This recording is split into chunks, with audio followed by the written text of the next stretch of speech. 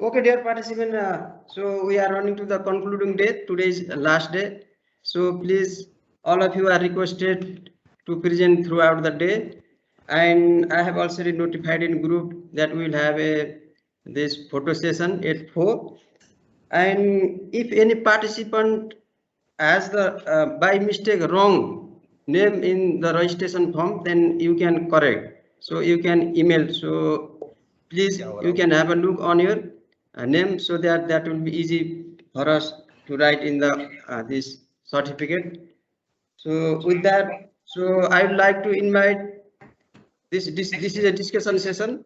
So I would like to invite A.K. Goel sir, S.K. Tyagi sir, and A.K. Tyagi sir, as well as there is Sunil sir also there, and Aduguma sir is always there with us. So please sir, let us start. This session is in regard of maintenance and operation of the small hydropower projects and special requirement of those as concerned the training and other operational issues are there. Now, let us start from the bottom. The bottom is that the safety of the project. The safety of the project and the safety of the man and the equipment, which is the most important issue in any operation of any industry or project, and one should be very careful to take all measures needed for the safety of the personnel and for the safety of the equipment. The most out of these two, the safety of personnel is the most important one. So the all installation should have all safety fulfill all safety requirement, maybe technically or as per the law, and both have to be followed very strictly. So this is the mantra of good operation of any hydropower projects. So let me open the discussion to the other panel members to start with. So the second most important point is the training of the personals, because mostly on small hydropower stations, unskilled persons are there and they mishandle the equipment. So technical knowledge of the equipment installed at that particular power station is very important. Water conductor system, sometimes they don't know where from the water is coming and what is the water conductor system. Little late how to do that. Okay. Should I continue? Yes, sir, please. Okay, so water conductor system, knowledge of the water conductor system is most important, where from the water is coming, how much water is coming, what is the level of flow bay, etc. The knowledge of that is important. Moreover, most of the operators, they don't know what type of equipment has been provided in the power station, especially what type of turbine is there, what type of generator is there, what is the control system. So it is very important to give training and knowledge to the persons operating the power station on this aspect also. They don't know what type of breakers have been provided over there, vacuum breaker or SF6 breaker or air breakers. So what type of TPMO, etc., GODs, etc. They don't have knowledge, even they don't know the name of that.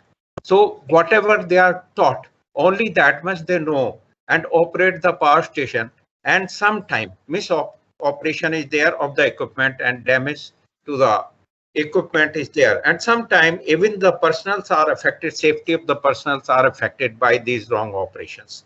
So it is very important to update them about the equipment, about the water conductor system, and about the intricacies of the system. Unless they know it, they won't be able to operate the power station efficiently.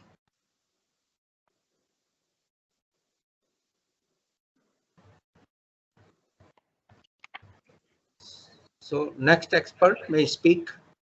So, Mr. A.K. Tyagi, sir.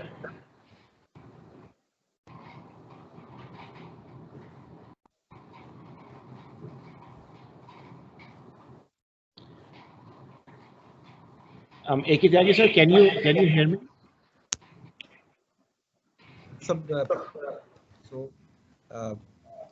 Single sir, you can speak. After that, I can speak. Okay.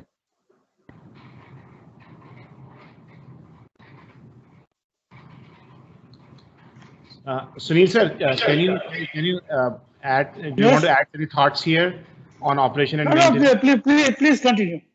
Okay, Tyagi sir can continue, I think. Okay.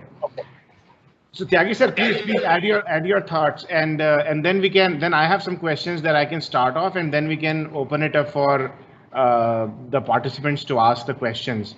So sir, please, the stage is yours, please, sir. So for operation, as I spoken about the training, that is very important, and knowledge of the operator is to be updated time to time. At site itself, it can be done through the experts, and even they may brought to some institute where they can be taught as to what type of equipment is there and what type of operations are to be done. Say, for example, at IIT Roorkee, we have got this real-time digital simulator. So this is very good for the training of the operators, and all sorts of things are taught over there. All operations are taught over there, and they have the hands-on practice as in the real power station. In real power station, it is not possible to synchronize and desynchronize the machine again and again, or to create some malfunction in the machine to give training to the operators. But here at real-time digital simulator, all these facilities are there and they can be properly trained.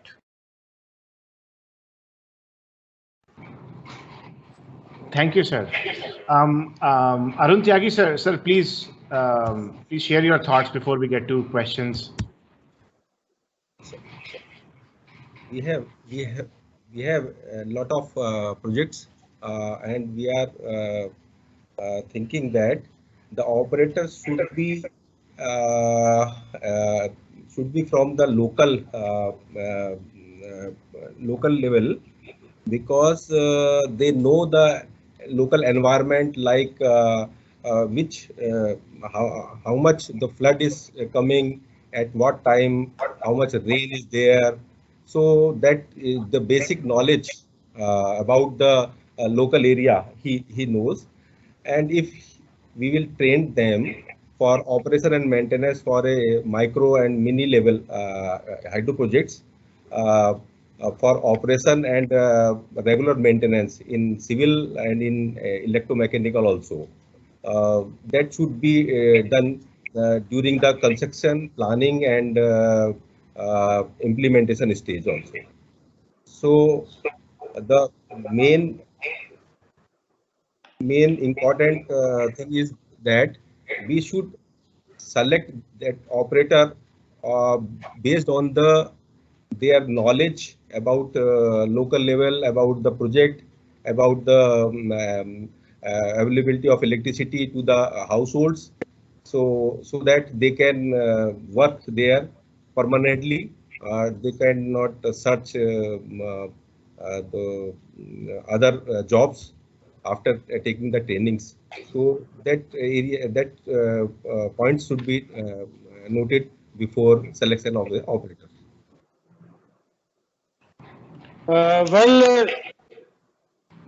What our experts has told, this is very right. And operation and maintenance things also we have to perceive right from the beginning.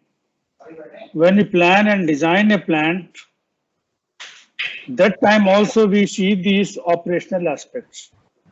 For very small projects, maybe 5 kilowatt, 10 kilowatt, 100 kilowatt, since the funds available are very small and we have to cut down the cost on many aspects. So in very small projects, we can think of more maintenance and having the cost-effective designs. While for a larger project, we have to see less maintenance because we can incur more cost and more operational aspects has to be automated so that operational and maintenance cost can be reduced. All these things has to be perceived right from the beginning, and based on the size of the plant, we have to go for operational and maintenance aspect. Of course, we have to see the safety of the equipment and the personnel who are working there and their time-to-time training. So they are updated with the latest technology and what kind of equipment we are working on that. So I think now we can go for questions from the participants. Or Himanshu ji, how to go ahead? Yes, sir. Sir, I have actually a couple of questions, and I think I'll start off with you, and then I will ask all the other panelists as well. So as you mentioned, for operations and maintenance, it depends on what kind of plant we have. Sometimes for small plants, we may design it in such a way that we don't need to spend a lot of money on maintenance, but for large plants, we may have a different approach. So as a lay person in this area of operation and maintenance, I know that there are predictive maintenance approaches and there are preventive maintenance approaches and regular maintenance that is done. So do you have any thoughts on if you have seen these different types of maintenance approaches being adopted in different plants, or on what basis do they select one approach versus the other? See, if we have a 5 kilowatt, 10 kilowatt plant, naturally we can not construct a permanent kind of weir which is costly. So maybe a temporary weir can be done by stacking the stones there, and which can be washed away in the floods. Okay. Again, we have to stack them so that the initial cost can be cut down. But this approach cannot be done in the large plant of 5 megawatt or 10 megawatt or even 1 megawatt. So there we have to have a semi-permanent and permanent kind of structure. Similarly, automation in the power plant. For a small plants, we cannot have that much money to incur initially, but small money in regular maintenance we can incur. Okay. Right. And regarding the corrective maintenance or preventive maintenance, and of course, in a medium size or large plants, we should plan it like during lean season when water is less. If we have 2 machines or 3 machines in the plant, one by one we can take up the machine and we can maintain them. Right? We know that there are guidelines, there are maintenance schedule that which schedule can be, which maintenance should be done. And accordingly, that should be done so that our machines are healthy and they can run for a long. Okay. Okay. All right. Thank you. Thank you very much, sir. A.K. Goyal, sir, do you have any thoughts on this point? Like what kind of maintenance approach one should adopt, and predictive, preventive, or periodic? Any thoughts that you have on this point, on this question? You know, for the operation of any plant, the maintenance schedule has to be prepared. That is the periodic maintenance, annual maintenance, or breakdown maintenance. Now, if you are keen to run the plant at the most efficient manner with a high plant load factor as well as high machine available factor, you know, there are 2 factors. High plant load factor depends on many issues. Maybe the grid condition, maybe the local issues, maybe the rainy season, and other things. But the plant maintenance means that the availability of the plant for generation, turbine generators, your OPUs, and all other things, they have to be maintained in such a manner that the plant availability should not be less than, say, 98-97%. What we are doing in all the 3 plants, our plant availability has been of the order of 99.9%. Now, how it has happened? This has only happened that we do the maintenance during the lean season, number 1. We sometimes we delay the routine maintenance also. If you know what happens, sometimes your discharge has reduced and suddenly the discharge has again increased. So what do? We don't keep the power plant one machine off. We just start it again, and we can delay the maintenance, but not on a regular basis. So the whole issue is that a proper thought has to be given on the maintenance aspect of the plant as well as on the civil structures and civil works. See what you said, that in the case of diversion structure, now the diversion structure is to be maintained in such a way that during floods it should be able to withstand the normal floods. I will not say that maybe 50 years flood, no, but certainly for a 5 years or 10 year floods. The channel should be cleaned. Now, how the channel will remain clean? During the low generation period, we can remove the silt by dragging or by flushing through the water, and then the maintenance of the gates. If the gates are not maintained properly, then during the required period, they may not be able to give us the proper sealing, which is very important. So the routine maintenance as well as periodic maintenance, and number 3 is the breakdown maintenance. These 3 maintenances are to be ensured for every plant to operate on a high efficiency. The one thing is very important for any industry, that whatever tools and jigs and fixtures are required for maintenance, they should be of very high quality. Number 1, and they should be readily available. You can put a board on the power station where all those equipments are hanged up, just like you see the workshop of any repair of a scooter or motorcycle. They keep all their winches, plus everything on the board, and so that they know that where they are has been put up. And second thing, what is available and what rig and fixture is not available there or has been removed for some other work and not got back on that board. So this is very important. That all zips and never try to use jugaad until otherwise. It's very, very important to run the plant for any other reason, because whenever you go for a jugaad, certainly that is going to trouble you in the long period. It can give you relief for few hours or few days, but no, it will not be able to provide you a proper generation and a proper plant load factor. So maybe the replacement of oil in the transformer. Sometimes we does not give importance to the oil in transformer or moisture in the transformer, and that may sometimes create problem to us. So every aspect has to be seen properly, and a proper record of maintenance has to be maintained.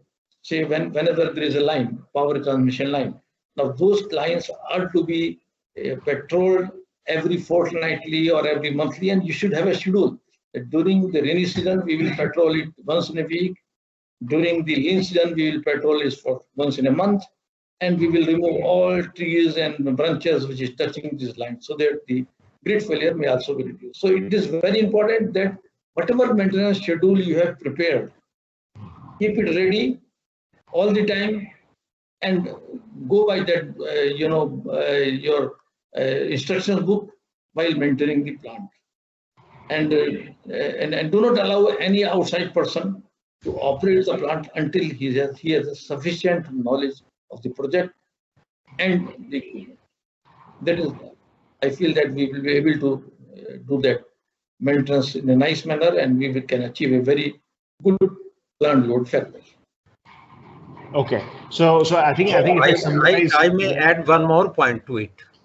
Actually, yes, these days on the power station we have condition-based monitoring, and on this monitoring aspect gives us as to what is the condition of a particular component of the machine, especially the turbine, especially the bearings, especially the generator temperatures.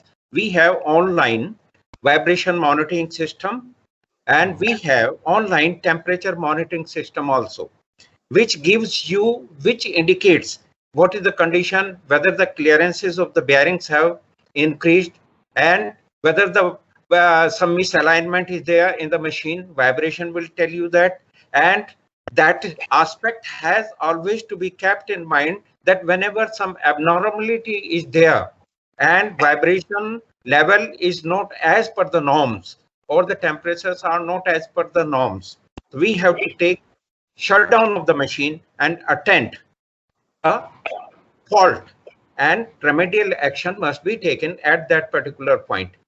This is not a breakdown maintenance. This is condition based maintenance. Right. Thank you. Okay, thank you, sir. I think this was very interesting, because that was my master's work, actually, condition-based maintenance of induction machines.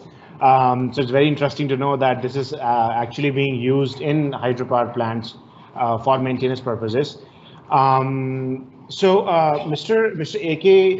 Tyagi, do you have any thoughts on the same question? Basically, the routine maintenance in different category of size of project is different. As you know that in off-grid area, where the off-grid plant is there, they have a they are operating in few hours the plant. In morning hours when they require the electricity, and in evening hours when they require the electricity. For that, the local operators present there at the time of operating the plant only. They are not permanent. They are using the part-time job. So the lot of problems we are facing in these type of off-grid plant. There is no regular maintenance, and there is no regular routine maintenance is there. So we have to take these aspect also. For small size of plant, we have to prepare a manual in the local language. If a local operator finds that there is some sound is coming from any part of the turbine or alternator, so what have to do at the time, because he is not having electricity or any communication with their manager or the higher officer. From he can ask the remedy of that problem. So he have to take responsibility then and there. So we have to train every aspect to the operator in case of off-grid projects, and in on-grid projects when we are supplying the electricity to the grid. So we are as our previous speakers Goel sir and Tyagi sir are telling, that is correct, very right. Okay. Well, thank you to all the panelists for answering this question. I think we got some very useful information on that. First of all, for me, what was interesting was that a lot of different approaches are being adopted, from regular maintenance to condition-based maintenance, as Mr. S.K. Tyagi talked about. And I think as Mr. A.K. Goel mentioned, that the most important thing is that we don't cut corners, and we are methodical with the approach that we adopt for maintaining a plant, so that we can get very high plant load factors. So I have another question, although I would rather give an opportunity to the participants right now to ask a question, and then I can perhaps ask my question. Yeah, Mr. Himanshu, I think there may be Dr. Prasanna willing to ask a question. Yeah. Okay, sure, please, Dr. Prasanna, please.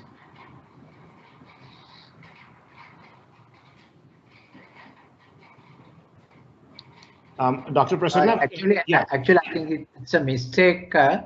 Anyway, I have a question to Professor Jain. Last time I could have asked it. It is basically about the open source software where you mentioned about the commercial softwares and open source one, because we are more likely, like to have use open source softwares. So what are the capabilities and what level of, if you have any experience of using that one, or if you have heard something that the user friendliness or the capabilities of that one?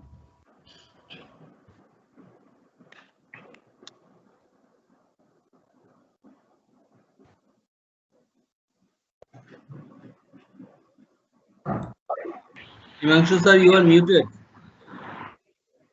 I'm sorry. So Dr. Prasanna, what I was trying to say was that there are a number of open source software for electrical operations that you could use. So there is one actually that I myself wrote. It is called Multi-Area Frequency Response Integration Tool, or MAFRIT, and I believe I mentioned its name in the presentation as well. So you can look up the slide, probably slide 2 or 3, which has its name. And it's available publicly. You can download it from GitHub, GITHUB, GitHub, and it's MATLAB based. So what it does is it allows you to do, if you want to understand what kind of frequency response you will see if you have a generator trip event, or if you have say a small off-grid system and you want to see you have a load frequency control so that you can bring the frequency back to 50 hertz. Then all that kind of analysis could be done in that software. If you are interested on the steady state side, then we have a software called MAT Power. It's MAT comes from MATLAB, and then Power is for Power Systems. So it is also a very well-known software for steady state analysis. So if you are interested in understanding steady state voltages and line loadings and things like that, then you could use it. Again, it's a MATLAB-based software. And there are several others. I don't remember their names on the top of my head, but if you search for them, you can find them. But these two I can mention that you could potentially start from, and then perhaps add, and then perhaps find more software that you could use. So you should be able to find fairly large number of software that you could use for small systems operations. Yeah, okay, thank you very much. Yes. Sure, you're welcome. So I see Mr. Chaminda has raised his, Dr. Chaminda has raised his hand for a question. Yes, thanks for the opportunity. Actually, I got a few questions. I'll just mention. Maybe first thing is, based on your experience, what are the frequent failures or accidents that can possibly happen in this small hydro and mini hydro scale? That is my first question. Shall we go question by question, or shall I put all questions? I think Dr. Chaminda, I think it will be better if you go question by question. Okay. And do you want any particular panelist to answer it, or is it for everybody so everybody can provide their thoughts? Maybe yeah, it doesn't matter. Maybe doesn't matter. Okay. Yeah. Okay, so I think I'll start with Mr. A.K. Goyal, if he can answer Dr. Chaminda's question, and then I'll go around the panelist table. Yes, Dr. Chaminda, your question, please. Dr. Chaminda, can you please repeat your question? Yeah, what are the frequent failures or accidents that usually happen in mini hydro plants when you regularly operate it? Can you just share some experiences even? Our experience is very limited in case of the hydro plant failures or accidents, because we have been maintaining them to the extent of availability 99.9%. But one or two accidents, I will explain what has happened. Say there is a line. The line is coming out of the power station, and somebody was working below the line, and then he lifted a steel bar just up, and he was electrocuted. Now this is very important, not for one installation, for every installation, that electrocution has to be avoided. And that is only the carefulness of the person who is operating or who is working close by to the line, or the panels, or the generators or transformers. So one thing is very important, and sometimes it happens suddenly. You never feel that something is going to happen, and then you are electrocuted. The electrocution part is very sad in any electrical industry, especially for the power generation. Number two is the accident sometimes takes place by a rotating part. You know, by mistake, you have put your hand on the, you know, on some wheel, rotating wheels, or on some, you know, excitation system or somewhere else. So one has to be very careful on that. And electrocution is the most important part in any hydroelectric project. So one has to be very careful for that. And while dealing with any of the work in the power station, proper shoes, proper gloves of that insulation level of 33 kV or 11 kV or 0.4 kV should be, one should not operate anything without the safety gloves. This is very important. Or if you are working on a line, then you should need a safety belt. It should be of a proper Bureau of Indian Standard strength, so that it may not fail down. So this is the main issue regarding the safety. And sometimes by mistake you can reverse the operation. This happens sometimes, that you reverse the operation, or you have not understand the operational schedule properly, and you have, you know, by mistake operated in a wrong manner. So that is very important, that one should have a knowledge how to operate, and he should have a knowledge of the safety and the risk involved in the operation of the project, basically on the electrical contacts. So that is very important.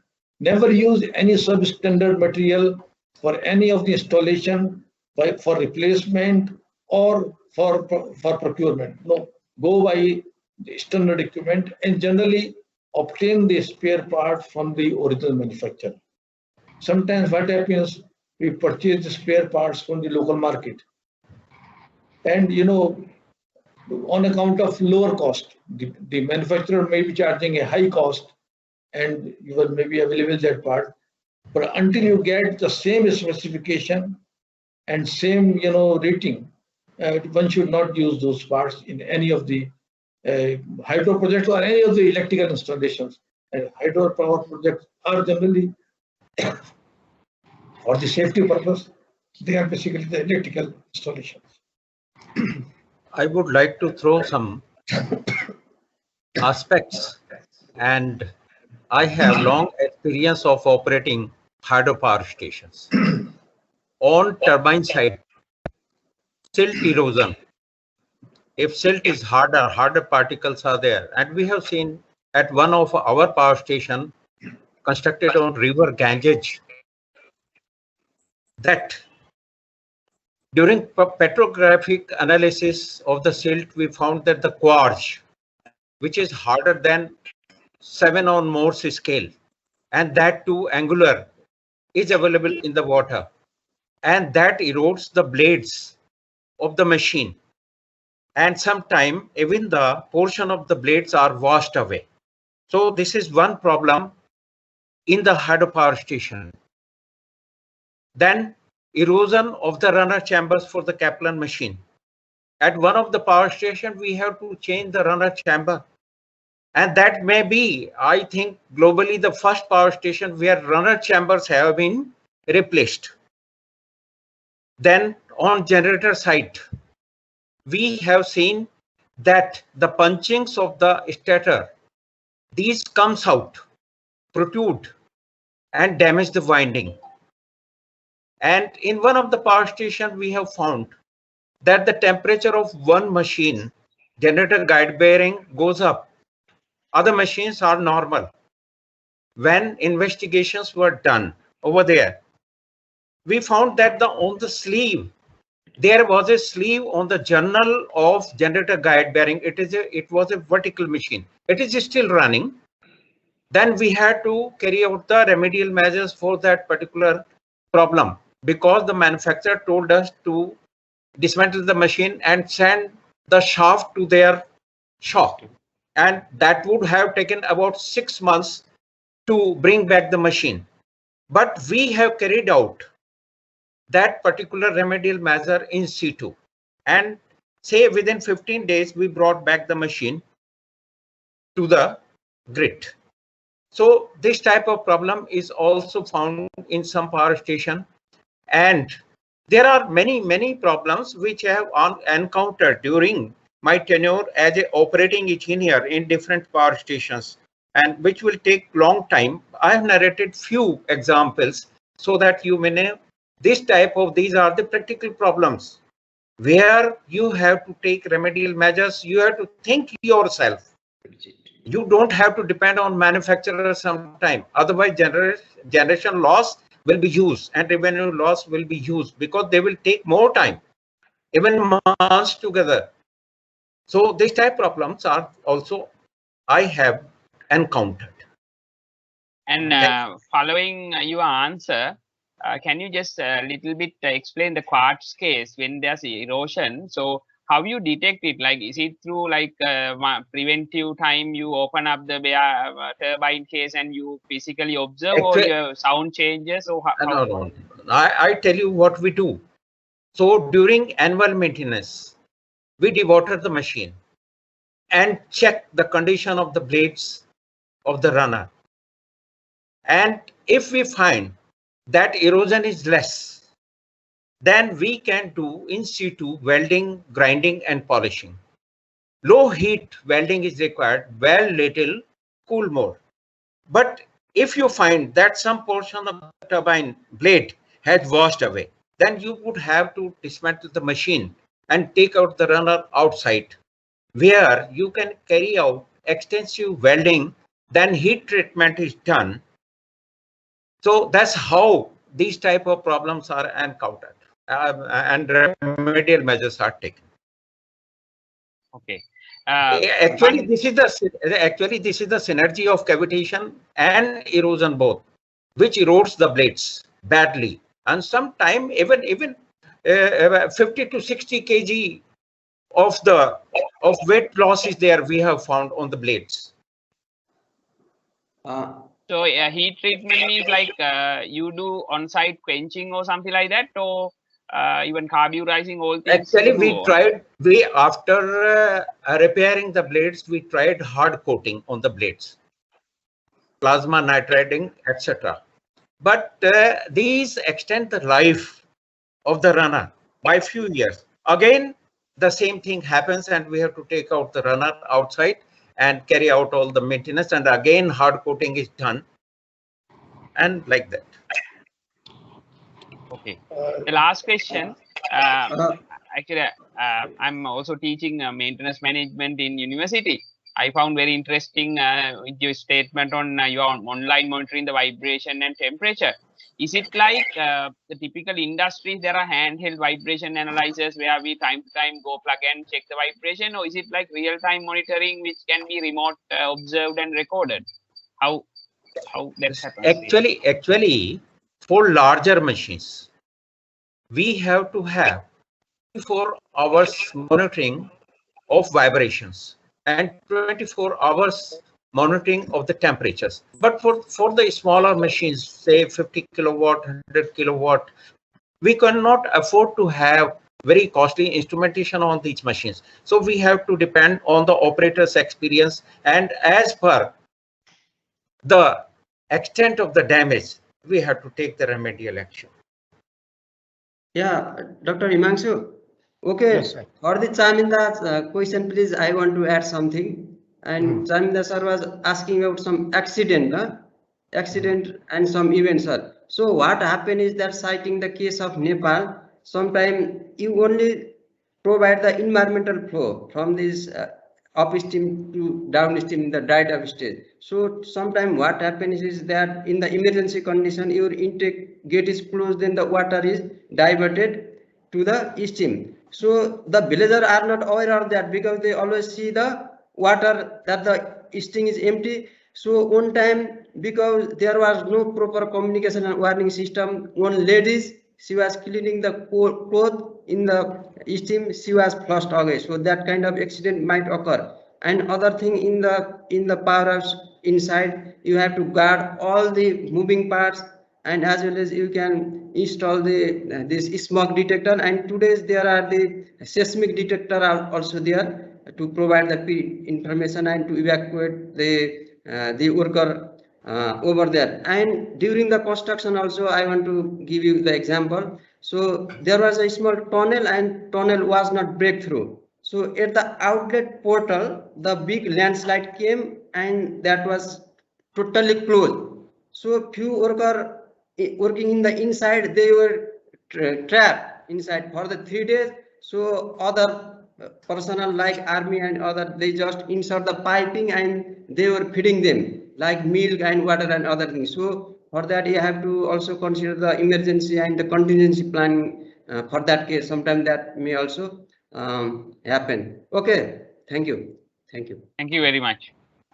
All right. Thank you, Dr. Chaminda, for a question, and thank you to all the experts and also Mr. Paudel for chiming in with your views. I think this was really interesting to hear from all the experts. Does anybody have any other question? We can go on to the next question now.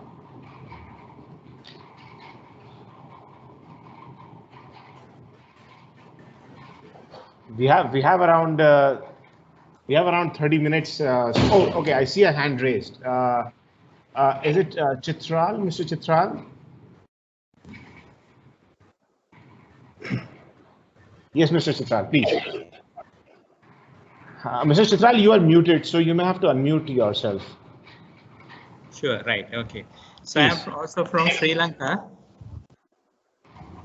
working with Chaminda, like in the same department. So I have, yesterday I also listening, like, I mean, when Nepal case was presented, right? So the water basically is coming from Himalayas, right, mainly.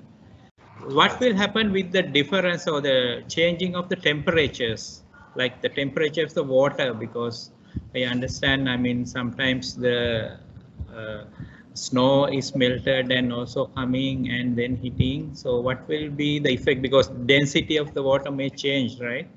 So then are there any like experiences with that? Yeah. We have a lot of experience on this generation from the Himalayan rivers. Now what we found that for the low temperature or the water coming out from the snow melt, there is not any difference at all.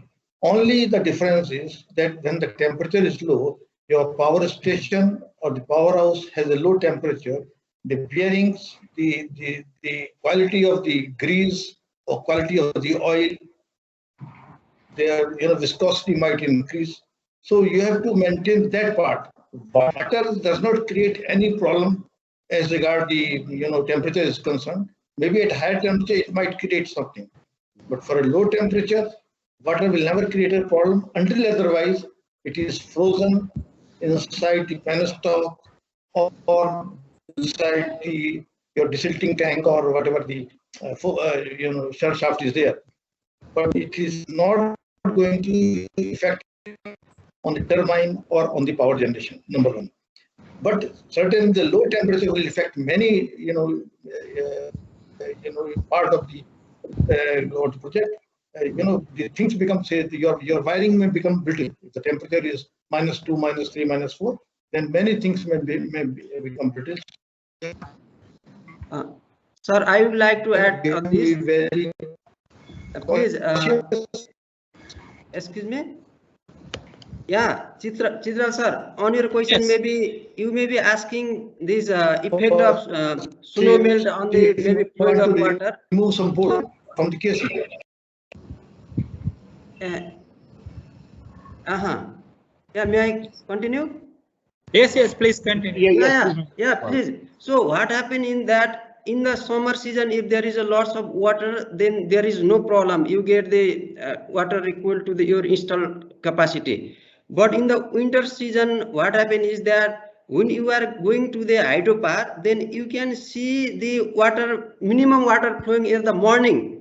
So when it's get in the afternoon 11, 12 and 2 o'clock, then the water there increases because the melting up from the this snow. So water keep on increasing. So that is a very interesting thing we have seen that. So how long is your powerhouse from the Himalayan? That depends that how long time it takes from reaching there. Then accordingly your this flow is very well. So for that, what you do is when you make a PPA contact, so you have to provide them the energy. So on the day by day and hour by hour, just before the 1 week, because you don't know what is going to, that is suno time or there is no sunlight, you don't can skim out earlier. So this kind of data also you are continuously communicated with the that load dispatch center on the basis of that. So normally in the snow fed river, the water flow increases after when it sun shining or the 10 or 12, and that depend on the distance between the snow this Himalayan and the powerhouse. That's also case. Thank you. All right. Okay. Thank you. One thing I will just like to add for the low temperature working is that sometimes we have to heat up the power station. Now, in one of our power station, we have provided a hot air system. There are blowers around 50 kilowatt capacity, which blows hot air to maintain the temperature in the powerhouse or in the machine hall to the extent of around 2 degree or 3 degree. If we don't operate that hot air system, the temperature may go down to -3, -2, or -5, and then it will create havoc for all the components of the machines, including lubricants, as well as many of the mechanical parts. So one has to be very careful, not for the water, but for the panels and on the other end the people who are operating the plant. So that is very important. Okay. Thank you, sir. Thank you all the panelists for answering this question. I see Mr. Tharaka who wants to answer a question now. Ask a question now. Yeah, who are the predominant manufacturers of turbines and generators in Indian facilities? Are they within India or are they from outside? And how is their quality? The quality of Indian manufacturers, which had some foreign collaboration also, they are being manufactured anywhere in the world. Number two, that the training and other aspect of those manufacturers is also extremely good. The efficiency is as good as, say, from the equipment from Europe or from America. And we have not found any difficulty in dealing with them for their equipment or their quality. Metallurgy of the turbines, generators is also at par with the world level. And they are manufacturing with international standards also, which is more or less the same as the Bureau of Indian Standard. So we have not found any problem. So we have 6 machines and every machine is running with all the best efficiency and performance. So I didn't get from whom those 6 machines were? There are 6 machines, 4 are Pelton turbines, 2 are Francis turbines, and the Pelton turbines are from 3 manufacturers, different manufacturers, and they are all performances almost at par. In fact, okay. In fact, as Goel sir says that in case of micro level turbines, there are a lot of manufacturers are available in India. They are using cross-flow turbine that can be used up to 200 kilowatt turbine also. So and they have a good standard turbine, and they're working since last 15-20 years. We have there is no problem. Nowadays, a lot of manufacturers available in India. Okay, thank you. And another, we can share the detail of these manufacturers. Okay, one more question for Professor Jain. And that simulator, operator training simulator, that's very fantastic. Could you please tell us something about the construction? What PLCs are used, and if you just elaborate how you, what is the principle you use to create that turbine high temperature case, so we can have idea how the rest of the part is working. Sure. I mean, I can provide a very brief overview, but then we have Mr. S.K. Tyagi. I mean, he has been, he's a he has much more experience and he's an expert on it. So I think all of that temperature rise or the real-time software part of the system, that is all in software. I mean, it is not the data that is coming from an actual turbine or an actual generator. So we took help of a company that developed the software for us.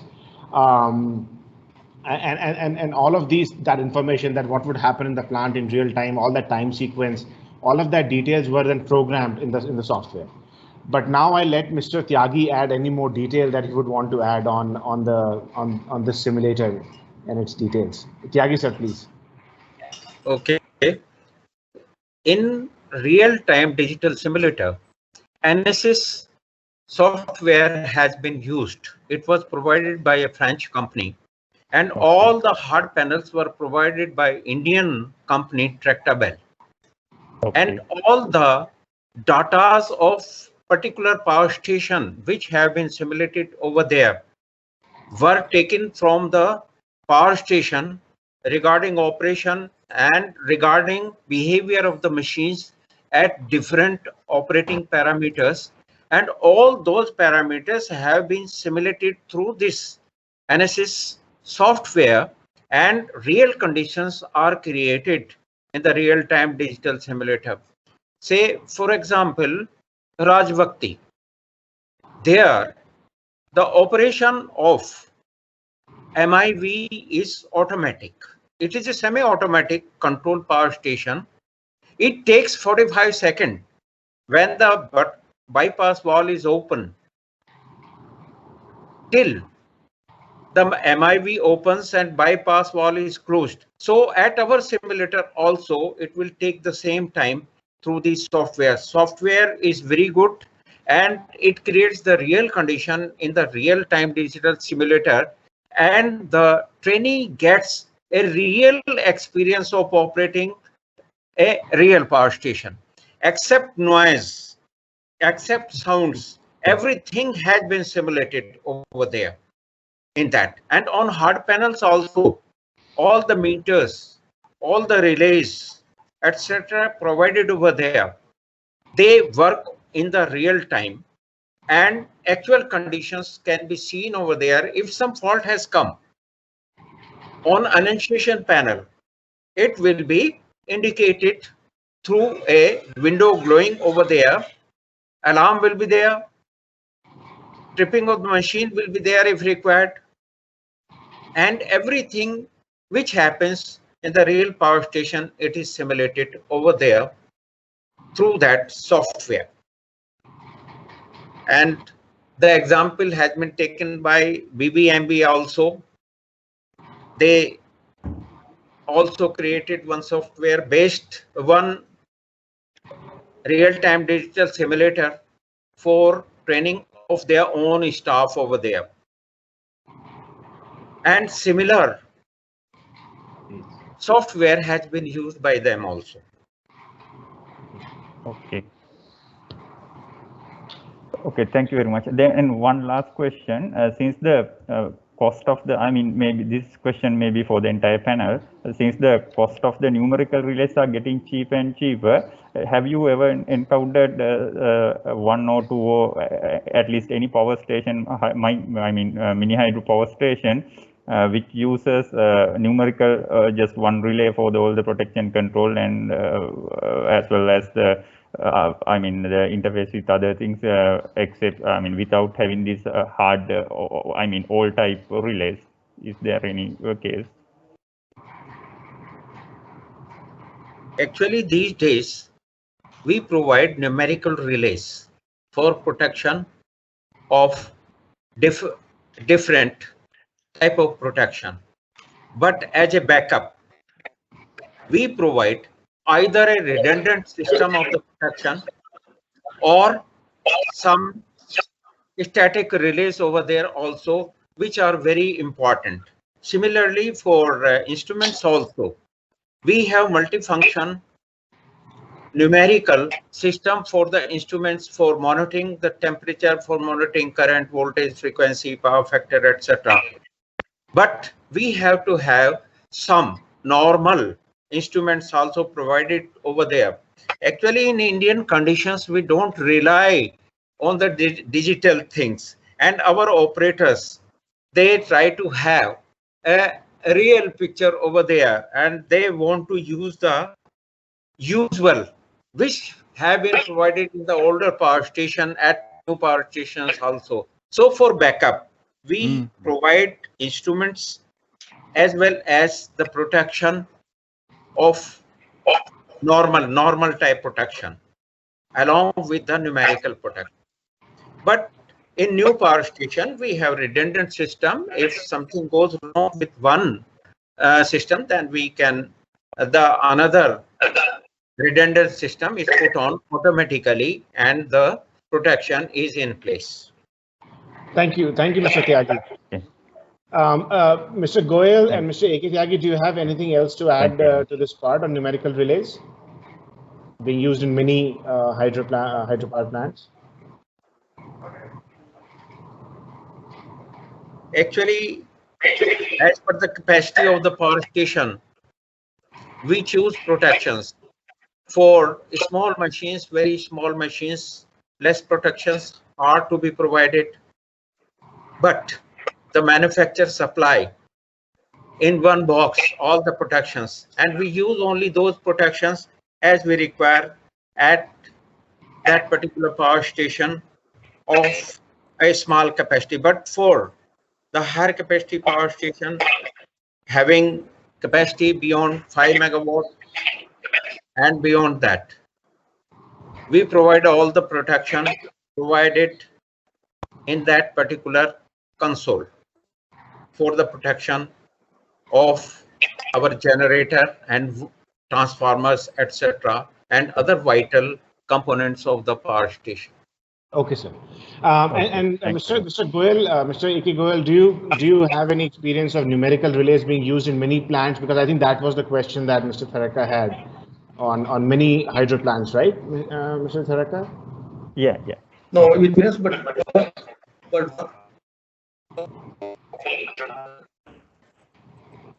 Goyal sir, your voice is breaking up a little. If you could, whatever relays. Okay, just are you hearing me now? Yeah. Now it's fine. If you could repeat your answer, please. We don't have much experience on that aspect, but in one of our projects there are some numerical relays, and because they are operating nicely and we are maintaining them, the detailing might be known to our engineers, but I don't have direct information on this. Okay. All right. Thank you very much. Thank you. Okay, thank you. I think we have around 15 minutes left, so I guess we can take like a small question each from multiple participants so that more people can have their queries answered. So I guess we'll start with Dr. Prasanna. If you have a quick question, we can start from there and then we can move on to the next one. Yeah, actually this is regarding manufacturers from India or any other countries on screw turbines. Or otherwise Archimedes turbine manufacturers. If you have any contacts, then I would like to get the contacts. So that is what anyone can. Yeah, even a smaller manufacturer, no matter. Okay. Just to know about. We can send you the detail of all manufacturers available in India. We have ready. So we will send to Professor Arun Kumar. We don't have your mail, so and he will send you. Yeah, thank you. Actually, at this center, Arun Kumar has already got a list of all the manufacturers of different type of turbine, right from the very small hydropower station to the larger power station, and these are available. And Mr. Jain can send these. Sure. Yeah, thank you. Okay. Thank you, Dr. Prasanna. Thank you, panelists, for answering the question. Does anybody else have a question? Anyone? I think we had a lot of questions coming from Sri Lanka, so hopefully we have other participants from other SAARC nations who have questions. So Please don't feel shy. Just ask away.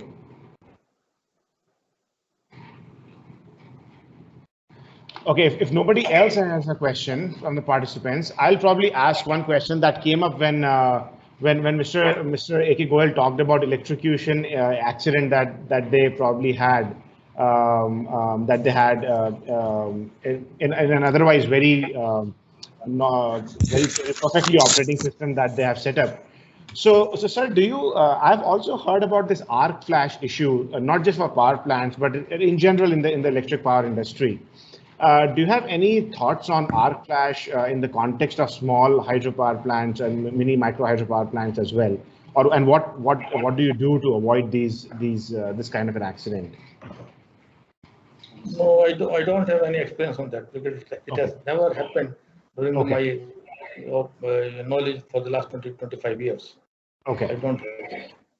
Actually, on overhead lines, power lines, to take care of this type of flash, arc flash, we discharge the line first and then start working on that. Mm-hmm. So all cares are taken, even in the indoor electrical faults. Mm-hmm. First, it is to be discharged and ensure that it has been de-energized before touching any electrical system in the power station. So mostly, wherever experienced engineers, technicians are available in the power station, such type of accidents are next to impossible. Okay. Thank you, sir. Thank you, Mr. Goel. Thank you, Mr. Tyagi. Mr. Paudel, do you have anything to add here? I don't have, but I am seeing there now Haribadu Thapa from Nepal. Please, sir, would you like to add? Yes, please. Please, Mr. Thapa, if you have any question. Yes, please. I think he has some device problem. He's sending me message as well. Oh, okay. Let me see. He's sending you. Oh, sending you the message. Okay, got it. I also saw somebody else raise their hand, but I don't see it raised right now. Prasanna. Yeah, Dr. Prasanna, do you have any other question? Sorry, I forgot to. Okay, I think I see Mr. Ram Pandey. He raised his hand. So if he has a question, please. Hello, good afternoon, sir. Please, so yes, my question is about interconnections. Sorry for that.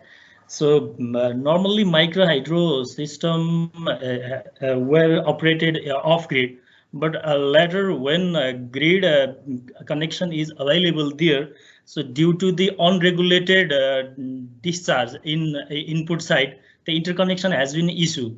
So it would be great to listen the experiences from our resource persons about the interconnection of such unregulated input flow. So this is my issue, sir. So, Mr. Tyagi, I think you will probably actually have. I don't have experience of running isolated power station at all, where unregulated water supply is there.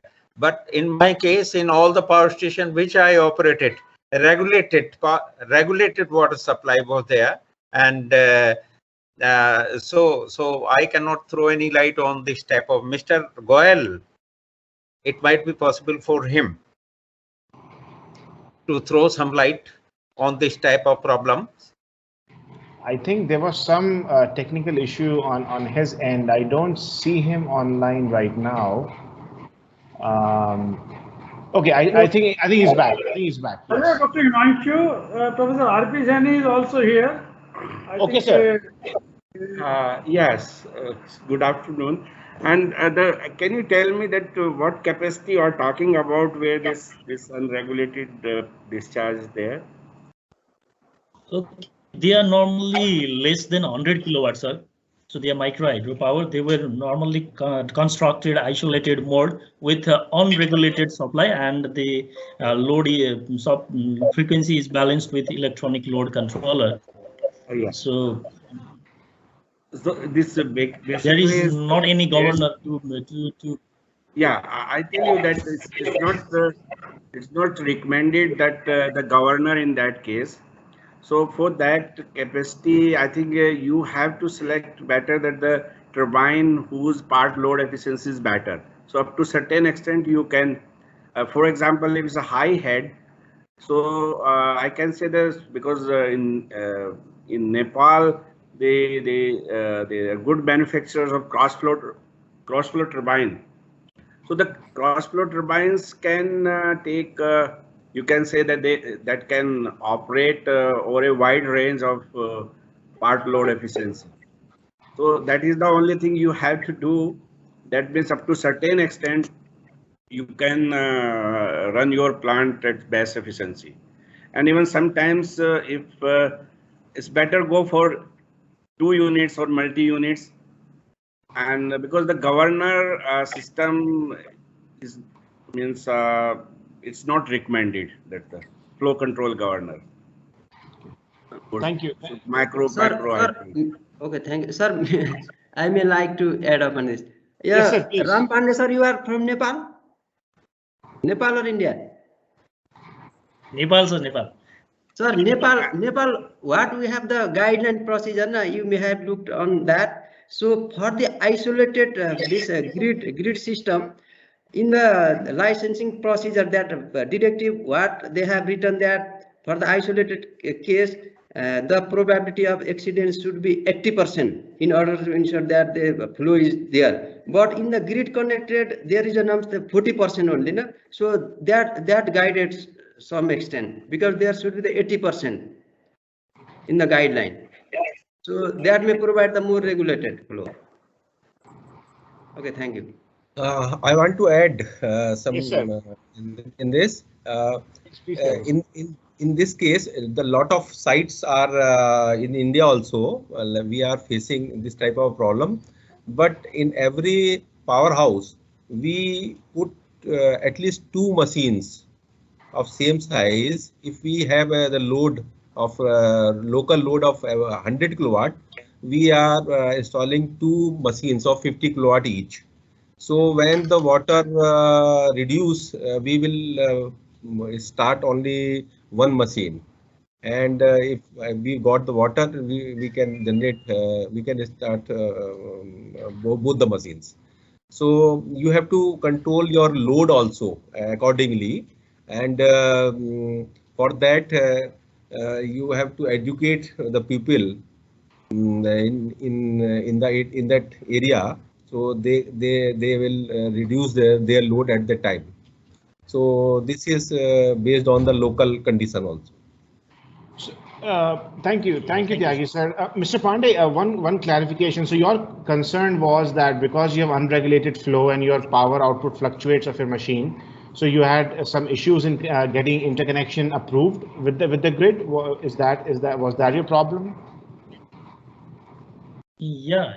Interconnection with the grid is the issue. Okay. All right. So so it's a very small machine, right? Less than 100 kilowatt. Yes, sir. Yes. But for grid connection, it is very difficult. If your grid voltage is vary in the peak hour or non-peak hours, so your machine will not be synchronized with the grid. So you have to choose that machine, or you have to regulate your voltage and frequency according to the grid voltage and frequency for grid synchronization. So in remote area, it is a very common problem. In the peak hours, the voltage and frequency get low in the grid line. So our plant will not synchronize at that time. Okay. So, Mr. Pandey, I think all the panelists have probably answered your question and given you different perspectives on the point. Yeah. So, is that okay, or do you have any other question, any follow-up question? That's fine, sir. Okay, all right. Thank you for the question. Anybody else? I think Mr. Paudel, we have probably a couple more minutes. We started at 12:05, I believe. Sorry, 11:35, the Pakistan time. So RP Saini sir joined late. Actually, he was there for one query. So he may like to add something, RP Saini sir, regarding operation and maintenance. Yeah. Yeah, actually, basically the questions the participants they put, I think they were answered nicely and satisfactorily. This maintenance again, because we have to just adopt the different approach because the course or this particular things we have to cover from even mini and micro hydro. So in that aspect, I think we have to see that the problem in the maintenance in the turbine, in the low capacity this plant, I can say that mostly the problem arises in it's a runner basically and bearings. So in that case, regular maintenance and just monitoring of these bearings and other things we have to look into. So these are the aspects, and also we experience in the generator also, because there are various type of generators people use for in the range of micro hydro. So their maintenance issues are there. Sometimes you have the brushless or this generators or the things. So there are so many problems come. So that means regular monitoring is required for that. So all these aspects we have to monitor those things regular basis. That's all. Thank you for my side. I have to add one point in the whole affair. Sure, sir. For the monitoring or for the efficiency operation of the project. I have installed cameras at my power stations. Now I only control through cameras, only seeing by that if the water from the desilting tank or from the floor bay is going towards the turbine, then if it is okay, then certainly if water flow is there, it will generate power. There is no other option that it will not generate. So if the input is there, so you can control even by those cameras sitting at, say, in Delhi or Noida. I control all my 3 power projects located some 600 kilometers from my place, only looking towards the cameras. But cameras should work properly, and I am able to judge from here that how the plant is being run, what would be the approximate efficiency. And so the people also, my staff there, my engineers there, are also very keen to see that somebody is looking us and they don't take any chance or any leading. This is one of the mantras which I have developed for the last 4 or 5 years. Even my own mobile has all those information right now on that. And at 6 a.m. in the morning, they will send me the details through SMS to me and to my other directors that this is the generation has happened yesterday and this is the problem. So everybody is kept, I will say, on his toes for the efficient operation of the project. Okay, thank you, sir. Thank you for sharing this. The connectivity is very good everywhere now in India, at least. Yeah. Okay, thank you, sir. Mr. Paudel, should we do we have time for one more question, or should we conclude now? No, we can take if there is any question, because we have the long lunch break, no? Yeah, right. If there is question, we can take it. Okay. So, Please go ahead, sir. So what were you saying? Sorry. No, I was saying that today lunch break is from 12:45 to 2:30. So Okay. Please participant, you can come up with your question. Any?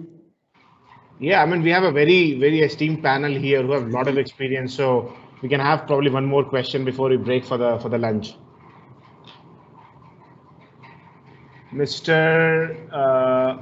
R.G. Jayavardhane. Yeah, please. Yeah, hello, I'm from Sri Lanka.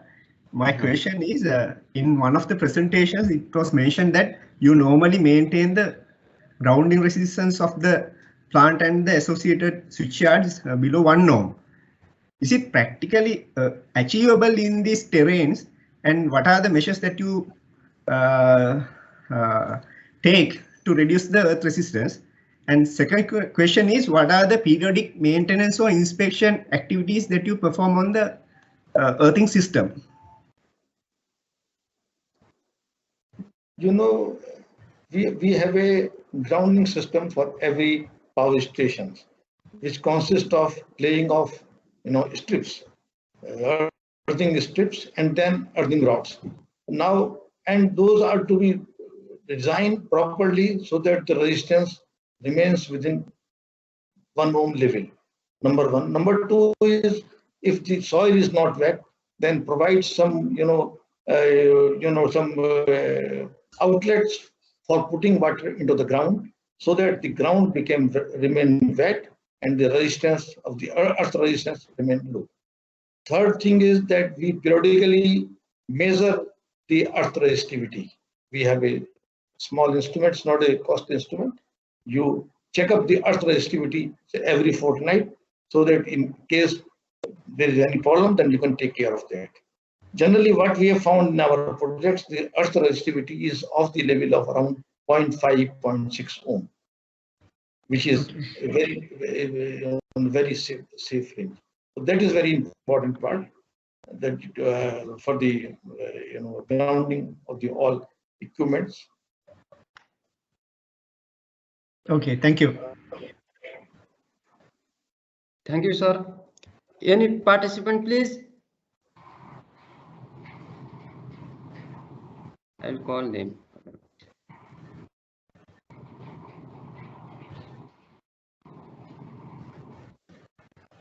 Deepak Paudel, APC, please, would you like to say something? Hello?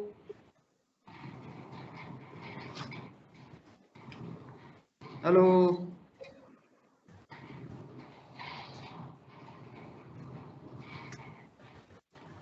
I think we have no more question. Yeah.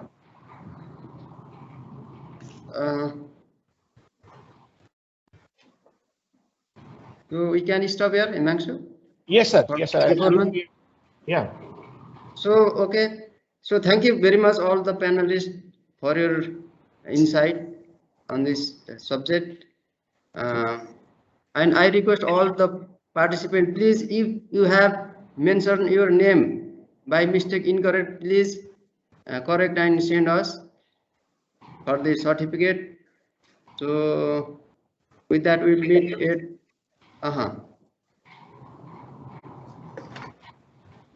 we'll meet at 2:30 today. So this delayed by, not delayed, is the scheduled time, just 30 minutes later than yesterday. 2:30. Sure, sir. Please, thank you. So thank you again, all the panelists, and thank you all the participants for asking the questions. So we'll, as Mr. Potter said, we'll just convene again after lunch. And I said, sir, it's 2:30 Pakistan time, right? Yeah. Pakistan 2:30. 2:30. Okay, great. And 3 India. Okay, great. Thank you. Thank you, everyone. Thank you. Thank you. Thank you. Thank you, Dr. Sani. Thank you, everybody. Thank you, sir. Thank you, sir. Thank you, everybody.